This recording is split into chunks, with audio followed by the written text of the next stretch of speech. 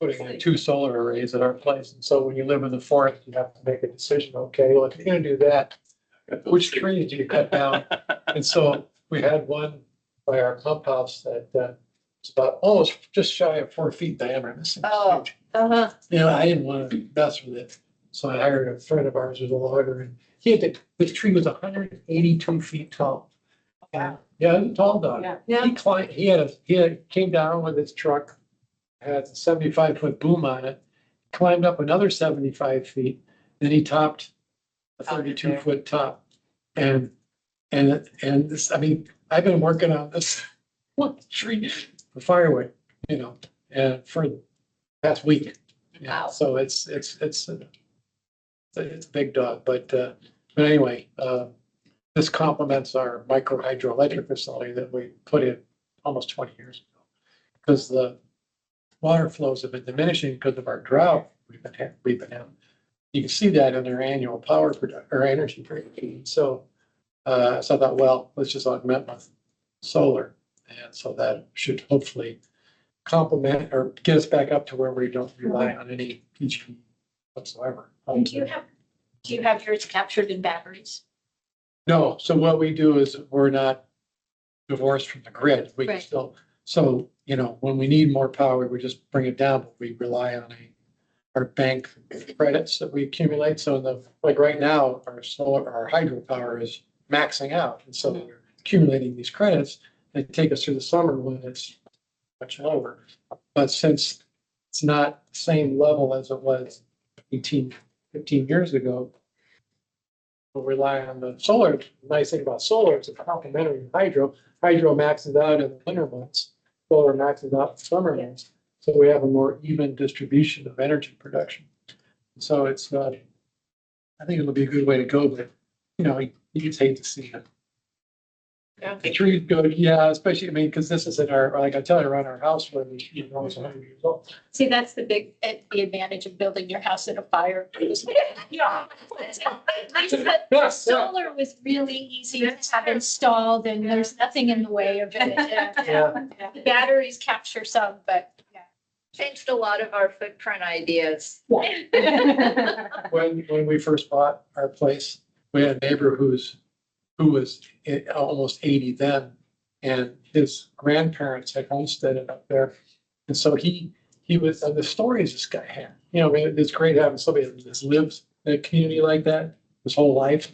I mean, he was born in 1915, you know, and so he was like, yeah, right at about a year into the Depression. That was when that's when your place was last logged. That was just, people were just scraping by, you know. And so, I worked on that project, and well, we didn't have any chainsaws back then, boy. You know, the old-fashioned way. Let's see. Oh, okay, there we go. Excuse me. We're Yeah. calling ourselves back to order though. So CFF back, everyone's back. And we'll move to our next item. And thank you for cake. I want to say we're happily eating cake here because Heather was nice enough to get a departure and welcome. Departure, Wendy, welcome to Dave Cake. So with coconut. And we're going to talk about looking forward for the citizen at large position and vice chair. To do citizen at large position, that's my position I'm trimming off. And I had thought I identified someone to Jeff Gersh to be on, take over my role, but I had overlooked that you can't own Forestland to be in my role. So I have not found anyone yet to succeed me. I can keep looking around. Anyone else? You mentioned you might have an idea. She's currently administering tree school, and once she's done with that, she'll make a decision. Okay, good. So we have someone who might be interested. Give thoughts.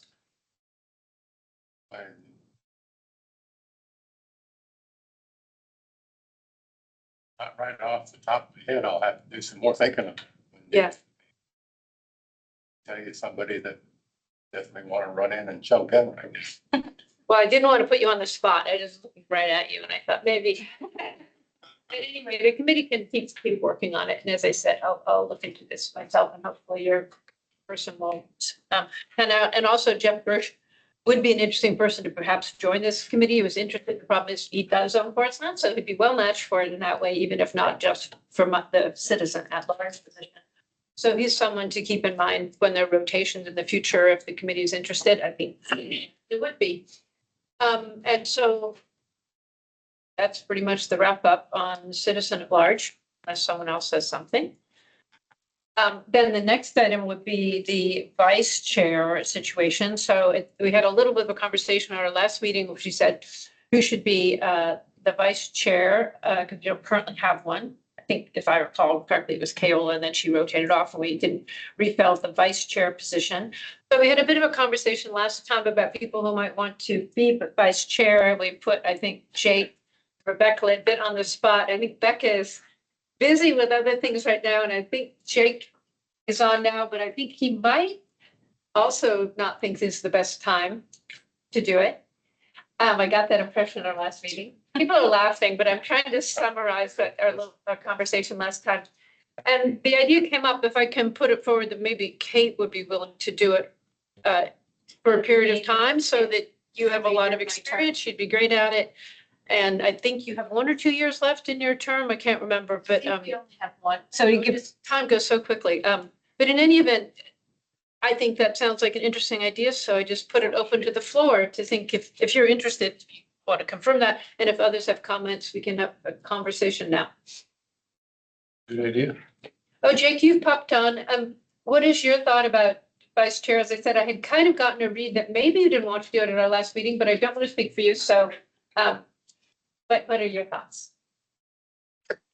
Yeah, I mean, I'm a couple meetings in, but still kind of learning the ropes. I don't know, time wise, jumping into a role like that until got a little bit more time under my belt. So it's sounds like Kate might be interested. I would probably pass that along to her.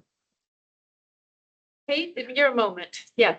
well, and I would be I'd be certainly willing to do it. It would be a short-term kind of thing, and it would give other folks an opportunity to, well, actually, Jake and Becca, it would give you an opportunity to consider who might want to do it when I term off. Because we wouldn't want to ask the people that are immediately just coming on to serve in that role. So I would be more than happy to do that. I'm used to being battered and badgered by Dave in other settings where we're on committees together. So it works fine. I'm in practice. Sure. Well, maybe I can learn tips and tricks from you if we get to that point. But yeah, no, I appreciate that to just kind of give me a little more time if that's the route that we want to go. So I'm seeing nodding from Becca and from Jake, and in the room, I'm seeing nodding. That sounds like a good idea to people. So what would be procedurally the next steps? Just that this committee should have a formal vote I would to think just recommend cover it, it, or yeah. just informal discussion? You suggest? I would say just take a vote, so at least we can put that on the, say, yeah, we voted on it in a public meeting, it's done. And doesn't the Board of Forestry have to, do, or do Yes, they only do the so- chair? Okay. Yeah, so we'll both Dave's and, well, if you vote for Kate, we will put hers Okay. on the consent agenda item for Board of Forestry in June. Okay. No, after they approve it, it's done to for that. Okay. So for this committee, the CFF, I move that we elect you and recommend that the Board of Forestry appoint you to the position of Vice Chair of the CFF. I vote yes. Give you a second. Second. Oh, do I need a second? Who would, I can second. okay, we have a second, and then we can move to a vote. Let's just go do Kate, you can vote. Or abstain. She Should I abstains. abstain? Gary, Gary, your vote, you vote for Kate. I vote for Kate. Okay. Dave. Yes. Yes, for Kate. Wendy votes yes. Jake Yes. votes yes. Becca? Yes. Okay, the committee has acted to elect and put forward to the Board of Forestry Kate as our vice chair. Thank you so much for stepping forward. We'll have a very good team as chair and vice chair going forward.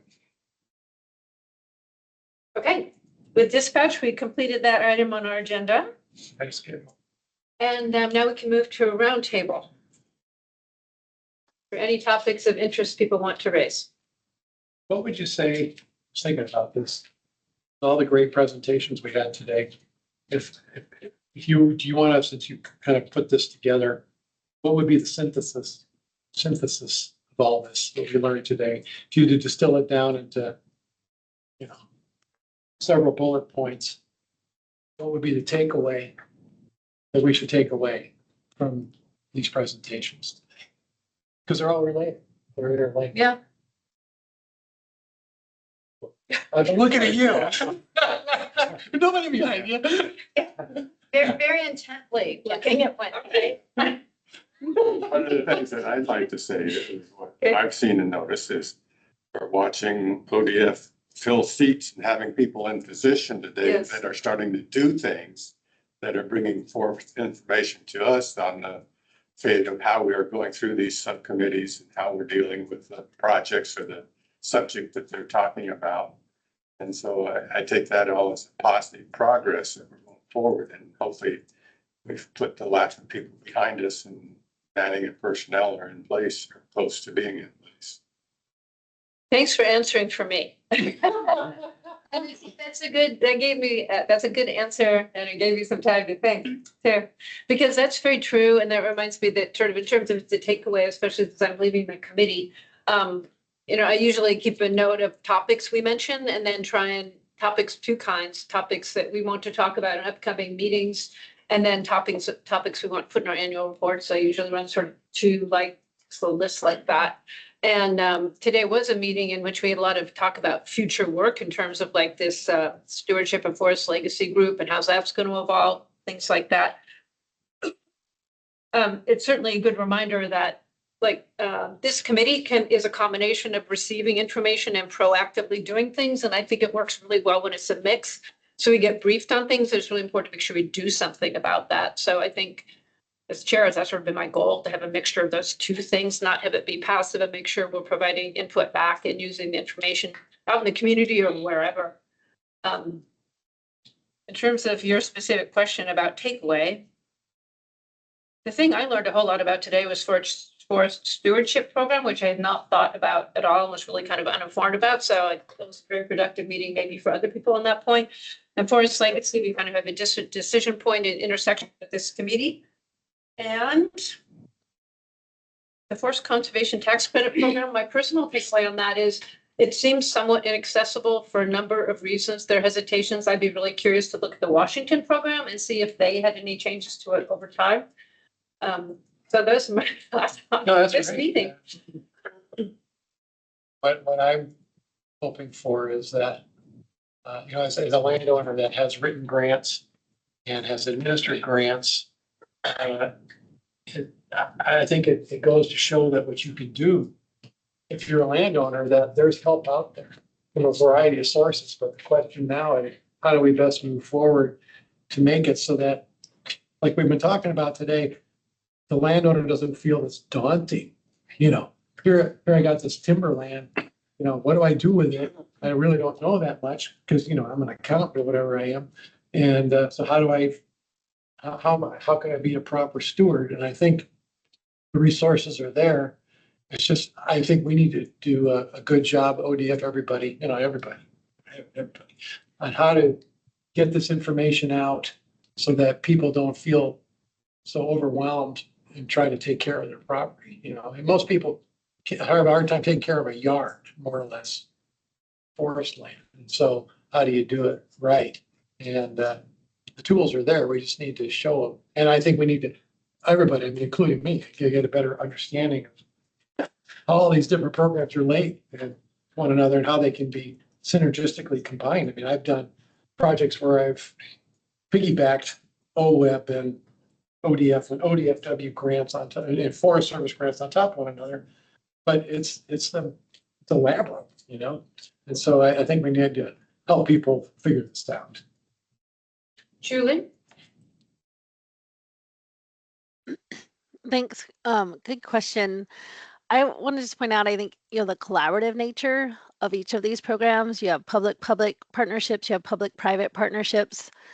and each of them are really hinge on those different entities that are part of it. And I think they're nuanced in that sometimes it's hard to understand the steps between the federal funding and a state agency administrating it and it going to either, public or private entities. So it is a lot for a lot of people to understand those differences. But, all of those they presented this morning, which I appreciate those. You just see that really importance of having these type of groups like CFF that understands these programs and are supportive just because of the collaborative nature of them all.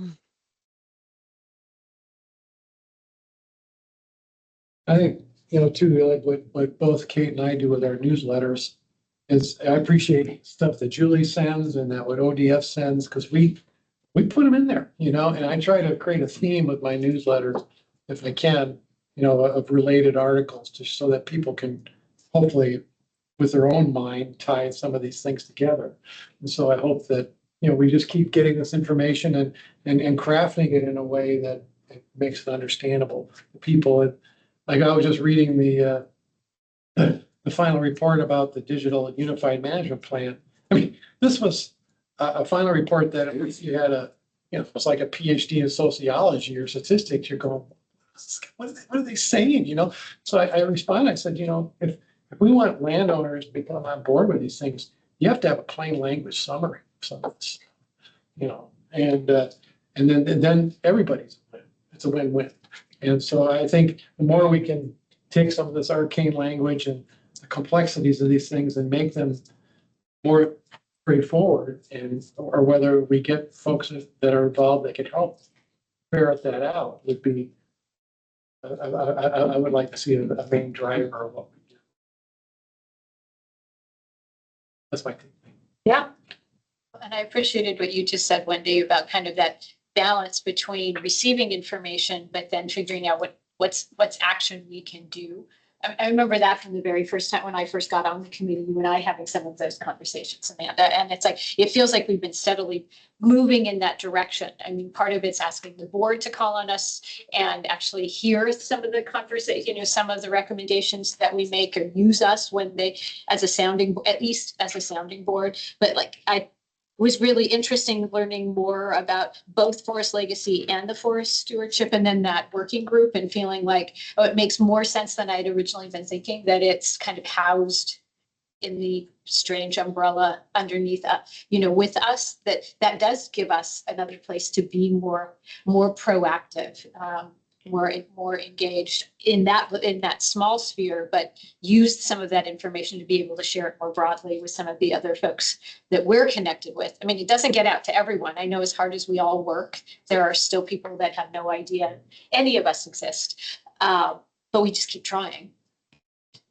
So the presentation of the Board of Forestry, I think, is just a great opportunity to, partly it's a report, but what really is just like a time in which the informed small forest land owners on this committee can raise their hand and say, these things are important to us, these things work for us, this is what we want going forward, and don't leave us out of the vision for the forest land, because it's important for the community to be included.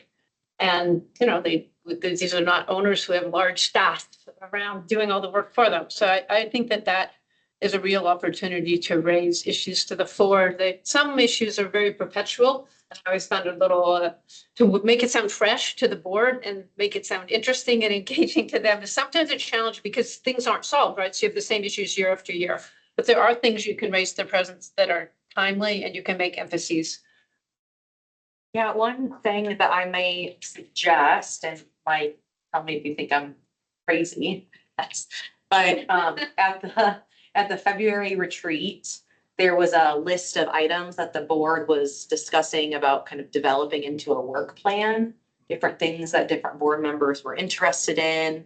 And as that gets developed, it could be interesting for this group to respond to that, to say where this body may fit into any number of those items, where there could be perspectives, or if there are ever things in particular that, come from the report that could be more kind of pointed suggestions to the board as an advisory body to the board and the department. You know, there is kind of a different, authority maybe isn't the right word, but there's a different relationship perhaps for this specific committee than there are other committees, to either the board or ODF. There's many that are just one or the other. There's not many, this may be the only that's to both, statutorily. And so just thinking about that to the point of like, how do we engage? Because I do get the sense sometimes that there's so many topics in the report that it can be hard for the board to then know what to do with it, right? So if we can be a little bit more strategic and pointed in how we engage as they're doing kind of those brainstorming or even maybe new opportunities to engage more collaboratively, with some of the retreats that they have.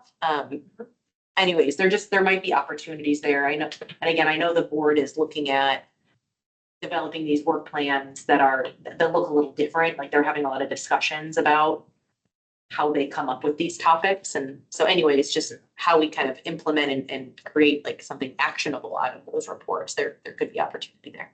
Having Ben attend is helpful because we try to provide him with input on things that he raises, but we don't meet all that often. So better merging with the board is always a goal. But do It's we get a sometimes copy- hard to achieve. Did we get a copy of that plan?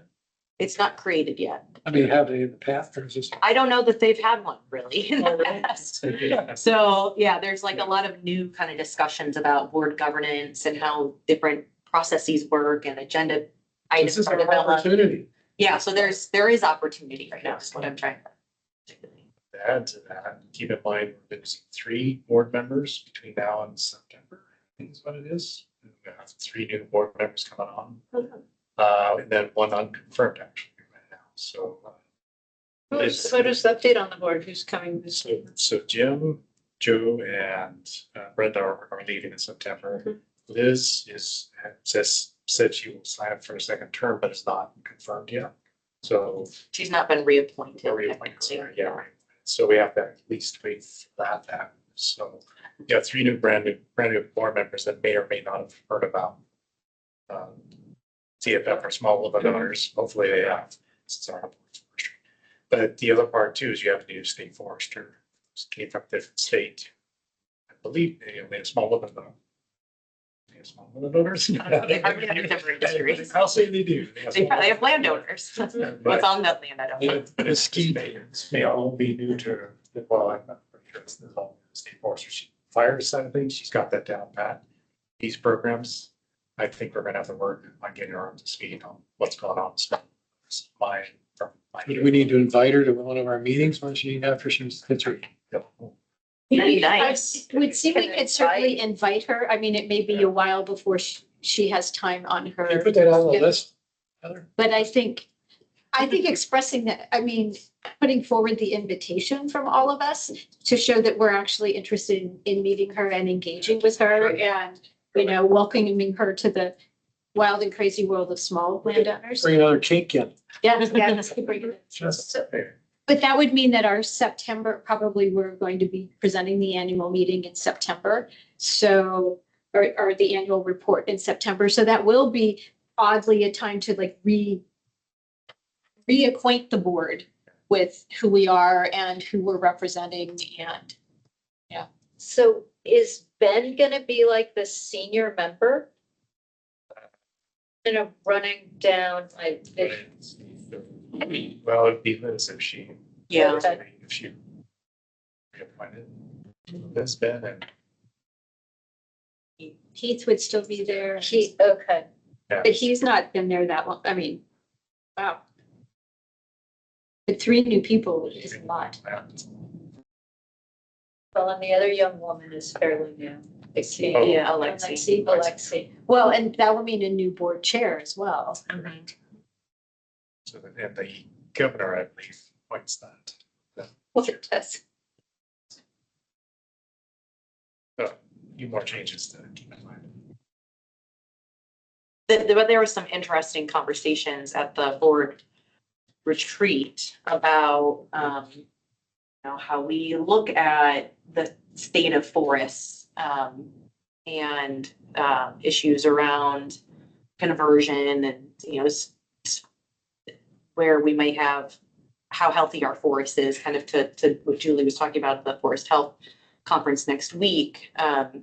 And conversations around plan for alternate practice and kind of what those look like and where there might be trends where something might be really a standard practice and shouldn't need a plan for alternate practice anymore.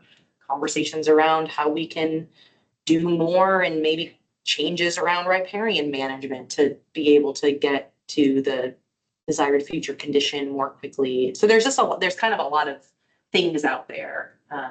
Who knows where any of them will go, but, and again, they are trying to develop the governance committee, I believe, is trying to develop a more formal process to embed in their charter or their governance manual, something like that, on how agenda items are developed. And so anyways, they're, you know, so they're working kind of on all these things. One thing that I think they could use some education on is how small forest landowners are different than industrial forest landowners in terms of why geographically smaller acreages have a greater impact on the decisions that are made versus a warehouser, for example, you know, and this came up with the post disturbance. Yes. I mean, they didn't quite. Well, and Yeah. yes, and we were, yeah, that was where I was so frustrated because we were so just lumped in. And yeah, there wasn't really taking into consideration things that were written in.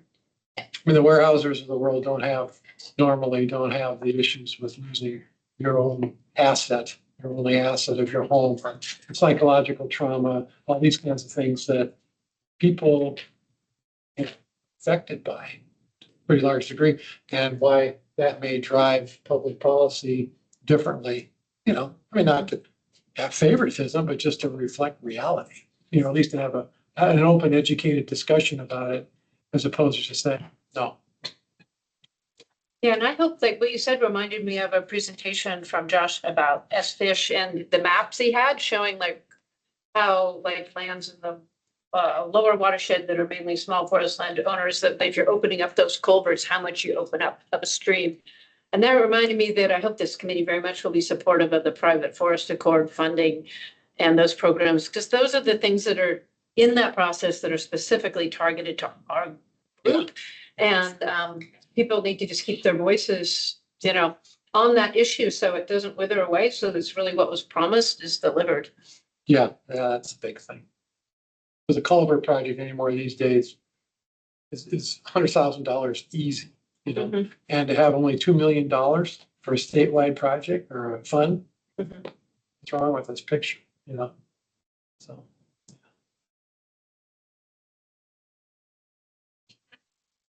Yeah, it's easy in the budgeting to have monies move away from the small forest landowners to landowners overall, and then end up chopping down the monies that are going to small forest landowners. So the small forest landowner office is really important. Those funding programs are important. So those Yeah, I need would to be protected. argue too that small forest landowners owning, historically, you know, where were settlements first, you know, in the lower elevations, the Willamette Valley.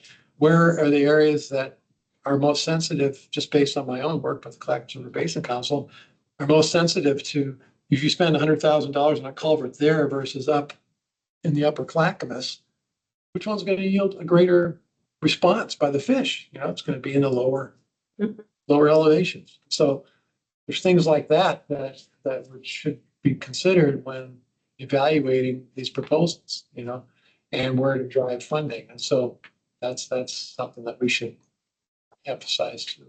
Yeah. Well, I think continuing to highlight that obviously in every walk of life, you have exceptions, but I think that so many of us were, you know, all small forest landowners, we want healthy, resilient forests. You know, we value good stewardship. We're proud of the stewardship that we provide, and that so continuing to raise up, we don't like feeling like we're getting villainized because there's like this political conversation going on somewhere else that's not really seeing us for the work that we're doing.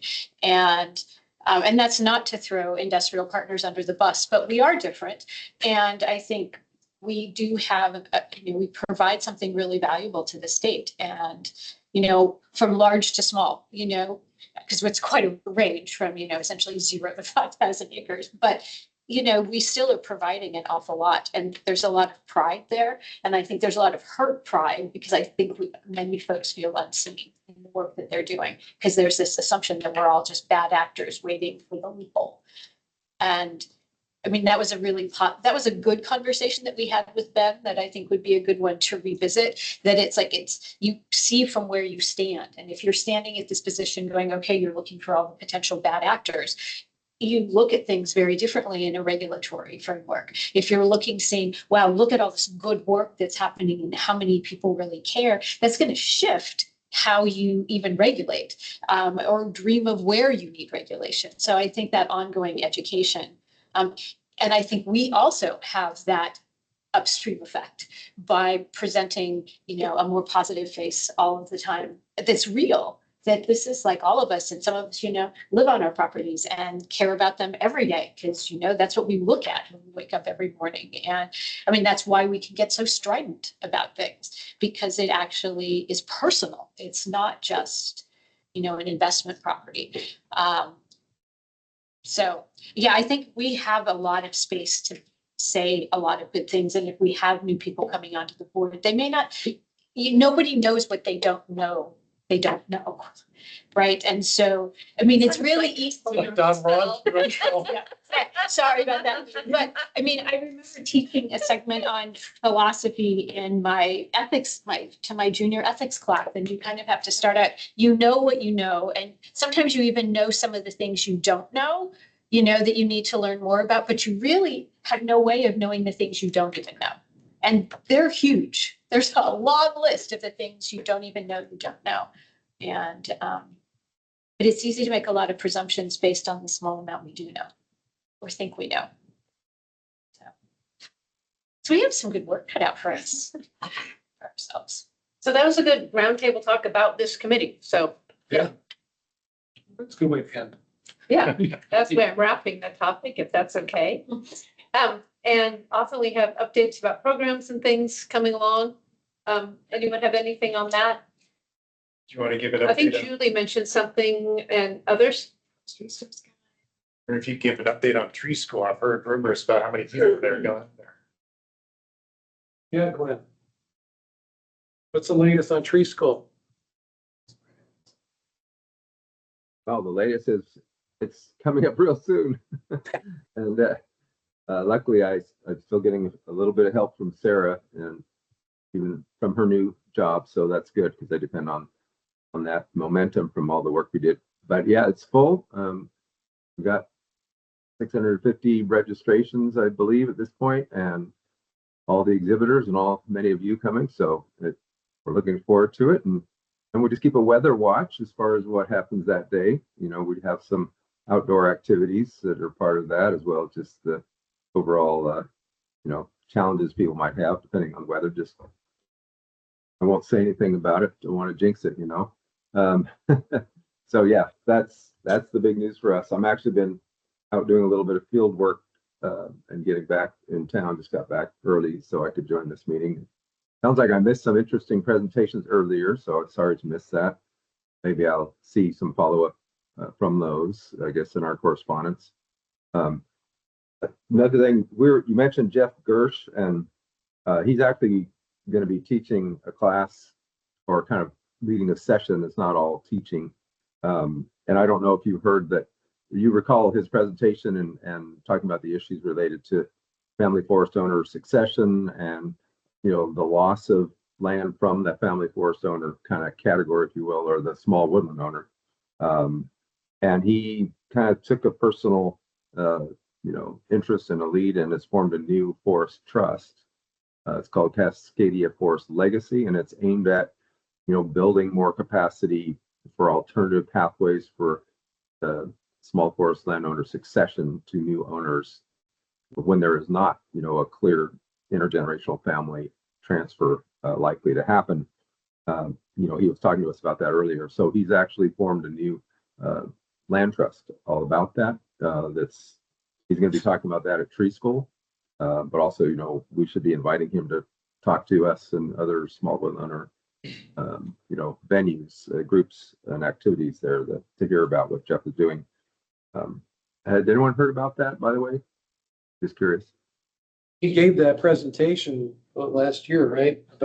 Yeah, he had an intention at the time, but now he's actually got it formed and it's official. Okay, good. Yeah. Another thing on my mind that came up, you know, some of the post-fire recovery and talking about the post-disturbance challenges for woodland owners and relating to reforestation success, and really everything that's wrapped up in some of that post-fire recovery. You know, I'm hearing from more landowners now where the county tax assessor is starting to knock on doors again about people not having, you know, enough trees after the wildfires. And I know that ODF, you know, we've all been struggling to help people achieve more successful reforestation.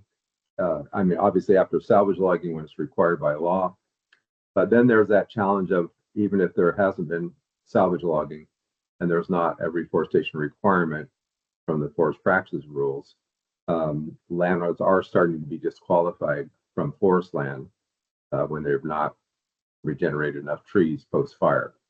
And another one that I heard about is a landowner actually had one of the wildlife habitat exemptions in a pretty important area along riparian area that he had applied for, got into the forest habitat classification. And the county chose to disqualify that as well because it had burned. And they said, well, it's no longer habitat, which is wrong. So anyway, that's just one example, but I'm expecting that's going to be an issue that comes up more for more landowners. So that's something I'm taking an interest in, and I'm wondering what action could be taken. When we had checked with various county assessors after the wildfires pretty early on, saying, well, what are you going to do when people don't have trees after they've gotten burned and they aren't able to regenerate trees, or the trees are not naturally regenerating? And early on, they just said, well, we're not going to penalize anybody now, but wait and see. Well, I guess the wait and see time is over because, you know, we're going on year 6 here. So I think that's an issue that's going to crop up, and there's a lot of landowners affected and probably going to be, you know, having that issue. Actually, Glenn, can I ask a follow-up question on that? The people who have, because I know that's a concern, certainly up the Mackenzie, and the counties or the landowners where they've had tax assessors coming in and saying they needed to do reforestation, was that where they had actually tried to plant, whether there'd been a salvage or not, or was that people who just gave up after the fire and did nothing? Well, I mean, I think it affects all those categories, but especially when there was not a salvage, when it's just a, you know, right, it burned, and even if they tried to plant trees, which many have even without salvage logging, if they fail to get regeneration and they don't have enough trees, then kind of under the rules, they could be disqualified from the forest land tax status, you know, that applies to designated forest land.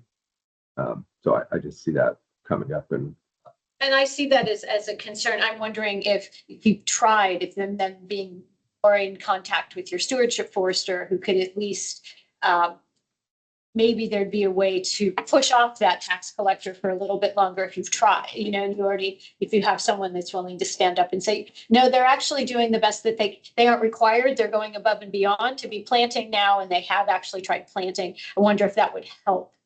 And I don't know. Yeah, and I don't know either. To me, that is a question, because at times the tax assessors have said, well, we go by what ODF says, and if ODF says that this land is still approved and that they're, like, for instance, with oak woodland regeneration, that's another issue where that comes up. Oak woodlands don't necessarily conform to the 200 trees per acre minimum, et cetera, but with proper, you know, communication with ODF or alternative plans, a portion of your forest land to be approved. And then people have asked, well, will the county accept that? And at times they've said, yes, we'll just go by whatever ODF says. But that's not universal. And I'm kind of curious about what we should do about this. I'm just starting to hear about it. I don't have a lot of real data on this. Just I think it's an issue that's going to rise up, and maybe we can help clarify that. Because I don't, yeah, that putting it out Glenn, there. if I can jump in here, ironically, I think we've just started maybe the first works of a working group for this topic. So ODF, OFRI, and the Department of Revenue we've started formulating conversations. We've had an initial meeting because we feel like the 3 state agencies need to get, that language and the understandings to then work with the counties, because what we're finding is each county assessor is going about it a little bit different. And then that really should come back to the Department of Revenue. And as many of you know, the Department of Revenue has their timber tax department has undergone some major changes with new people in those roles. And so getting them connected with what stewardship foresters do on the ground.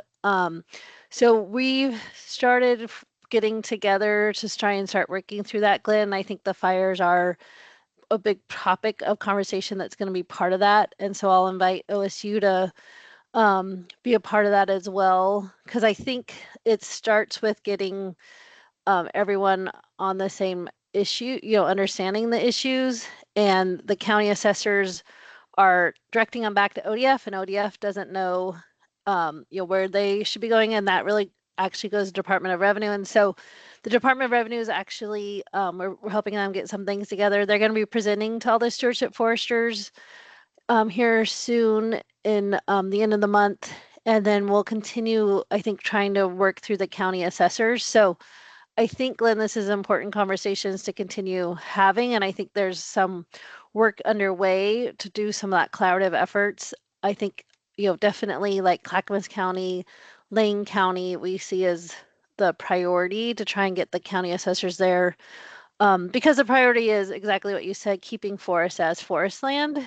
And when they're completely removing it off of the dockets, that's a top concern to us as well. So I think there's a lot of important things there, and it includes different departments of ODF, but really the stewardship foresters are being asked to do things that they're not qualified as of yet, because it really rolls back to the Department of Revenue. And the last time they updated some of their statutes was in 2017. So we're just trying to help kind of everybody get on the same page to have these conversations and figure out some really groundwork that can continue to make a difference in keeping those forests. Yeah. Would there be any value of that anyone coming to one of our meetings and us being able to provide feedback and input from landowners into that conversation? I think there will be. I think right now we're at an educational stage and getting to know each other. The Department of Revenue, again, there's a lot of newer people there, and then there's some people who have been there, and it's trying to figure out who's pointing at who's taking the lead on some of these different things. And then kind of the similar with county. So it's certainly on our radar, Kate, and I think bringing landowner perspective is going to be really important. And I think it's really important for landowners and the committee to say this is a priority so that folks at ODF can also be given that time to be part of these conversations. Because, right, it's one more thing in a multiple list of things that they're also trying to be part of. But we know stewardship foresters are right now kind of being often put in the middle of this conversation and not have the tools, and that different counties are addressing it different ways, which is also hard to have a statewide program when things aren't being addressed the same. So I do think there's a role there. It might just be a little bit until we get to that point, Kate. So yeah, this has been an issue for years and years. Yeah. You have to kind of separate, I think what Julie's saying is you have to kind of separate two things apart. So there's the enforcement side after timber sale operation, whether it's salvage logging or otherwise. ODF does have the authority to enforce that. That's definite. But that's the only time stewardship foresters ever contact landowners, unless you have a landowner comes and asks them about cities, which then puts it into a different category, which is kind of where Julie's going with this issue here. And these tax assessors have done this. They sit in their office, they look at the maps, they say this is burning ground, there's no trees. Pull the assessment without actually going and talking to ODF first. You know, Or even the landowner. so yeah, I like that idea. I haven't heard that yet, Julie. You guys have a group. I think it's a very important group to have together because the tax assessors need to understand the implications of what they're doing. However, we cannot enforce them on and out of that. So we just gotta be careful to keep those two things separated, which I know Julie knows. But that will be a bigger and bigger concern. Yeah. I mean, and I know that sometimes when they look at things from the ground, they look, you never know how current, whatever they're looking at is actually, because you can look at something. Cause I know we went through a lot before the fire, and they were trying to say one whole area had never been reforested because the only pictures they had were aerial data from the middle of summer. And things were, the bracken was huge and tall, and it's like, oh, in the winter, it turned out, no, everything was at full stocking levels. You just couldn't tell yet because it had, but people are making determinations, not ever leaving their offices. And, but that, thinking of things that we want to keep raising as areas of concern for small landowners, I think that those are going to be huge concerns. So Becca, can I put you on the spot for a second, see if you know about something? So I get the Western Forestry Conservation magazine. It's a paper copy, and there was an article on there about sustainable Northwest and American Forest. Do you know anything about that, or can you speak to that? Western Forester or something. Western Forestry. Thanks Thank for you. everything. Yeah, could you elaborate on what it was had to saying? it had to do with seedling. Like I think the Reforestation Coalition, I can't remember what it's called. Yeah. So we're partnering with American Forest in two ways right now. They are a major contributor to the RCPP that we're running. I'm guessing it wasn't about that, but just to touch on that briefly, they are paying for the seedlings that we're using for reforestation up to, we will not reach this sum, but I think they committed to up to close to $1 million in seedling purchases if we can use them. And then separately, we have support through DNR, Washington DNR, to launch a Pacific Northwest Reforestation Network this year that is meant to encompass partners in Washington and Oregon. And that's meant to be a multi-sector kind of venue for partners across state and federal agencies, contractors, nurseries, any kind of natural resource practitioner, landowners at all scales, to look at scaled solutions to barriers in the reforestation pipeline. So it's a pretty broad mandate, and the goal this year is to really figure out what the focus of the group will be. And we just signed our grant agreement with them, I think last week. So we're just getting started on that work now. Was that helpful? Yes. Okay. Cool. And Mike, Frank Curtin's with American Forest, and he's doing work in Oregon and Washington. He's joined the Partnership for Forestry Education, and it might be of interest sometime to have them come in and talk to the Committee for Family Forest Lands, since Frank's getting his bearings with kind of Oregon and who's who. So he could talk more about American Forest and what they're doing in Oregon, as well as some of the others from there, to piggyback on Becca, but he is, working out of Washington, but is, I think, doing well at trying to understand the Oregon landscape.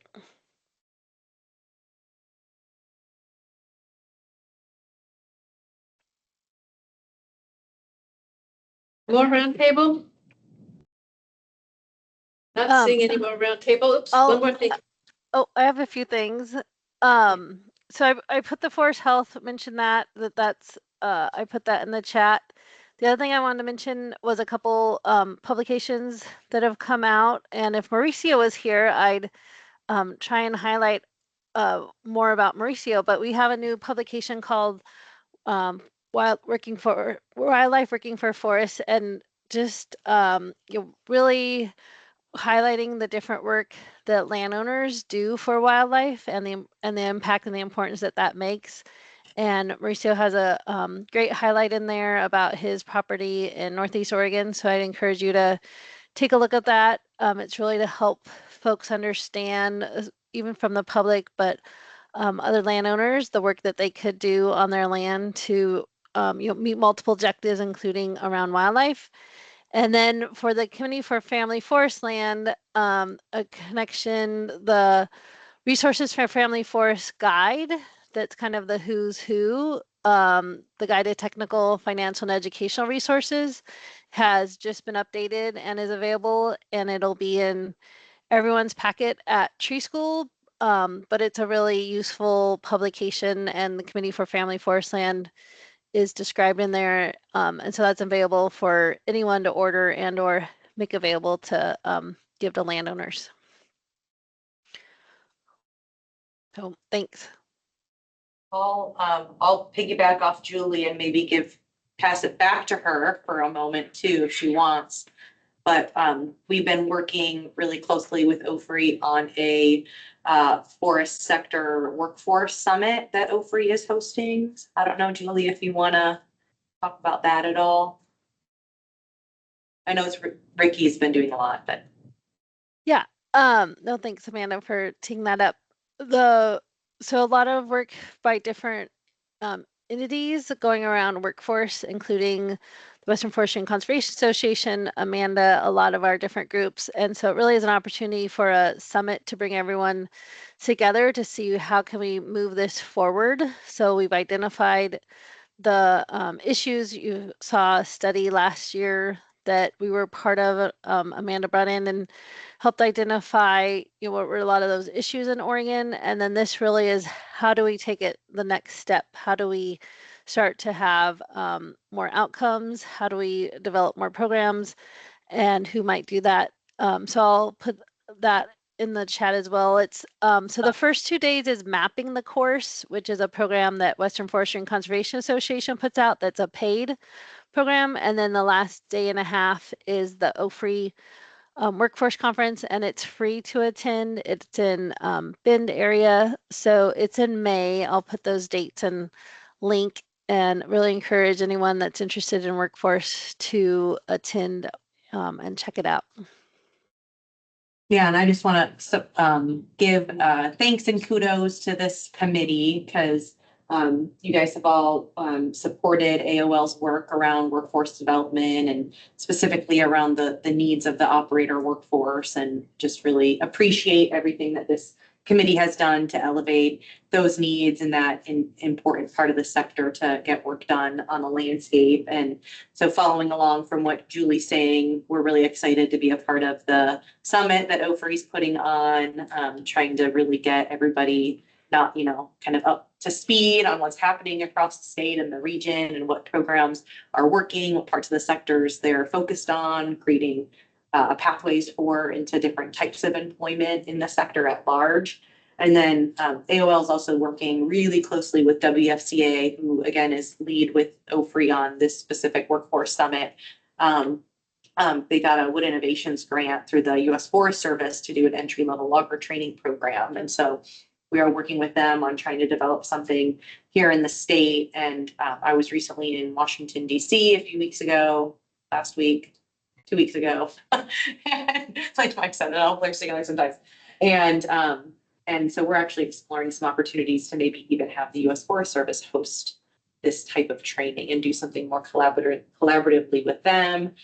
Maybe even trying to tie in with more of the recreation nonprofit side, who do a lot of workforce development and chainsaw training and already have a unique relationship with the Forest Service to do some of that work. And so seeing where maybe we can break down barriers, develop new partnerships, create better pathways for workers, and do more of that workforce development collaboratively across what can sometimes feel like kind of conflicting sectors as far as users within the forested space. So that's really exciting. The Forest Service seems to be really excited about trying to do something in this space. There's a lot of things that need to be figured out for it to work. And it may not all pan out in the end, but we're trying, and we have some interested partners in that space. So So we continue to work there and do quite a bit of work around this workforce development space. So that's, one thing that we're doing. I'm not gonna go over everything, but there's a lot of other things as well.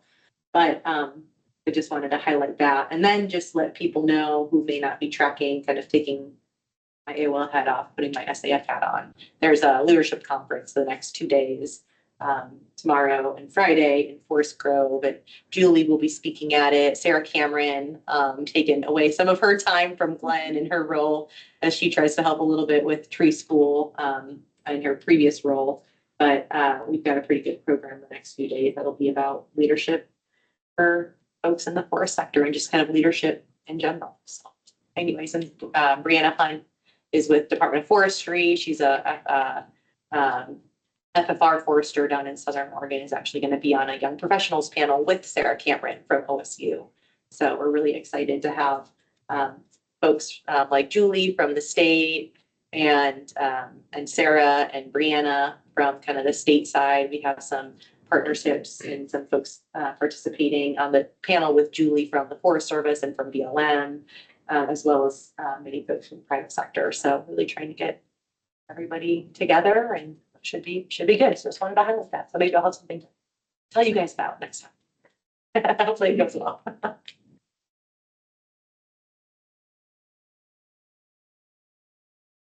All right, one more look around the room. The last time. Call the meeting over. Closing the meeting. And thank you all again for being here. Good job. Thank you. Yeah, thanks, Al. Bye, everyone.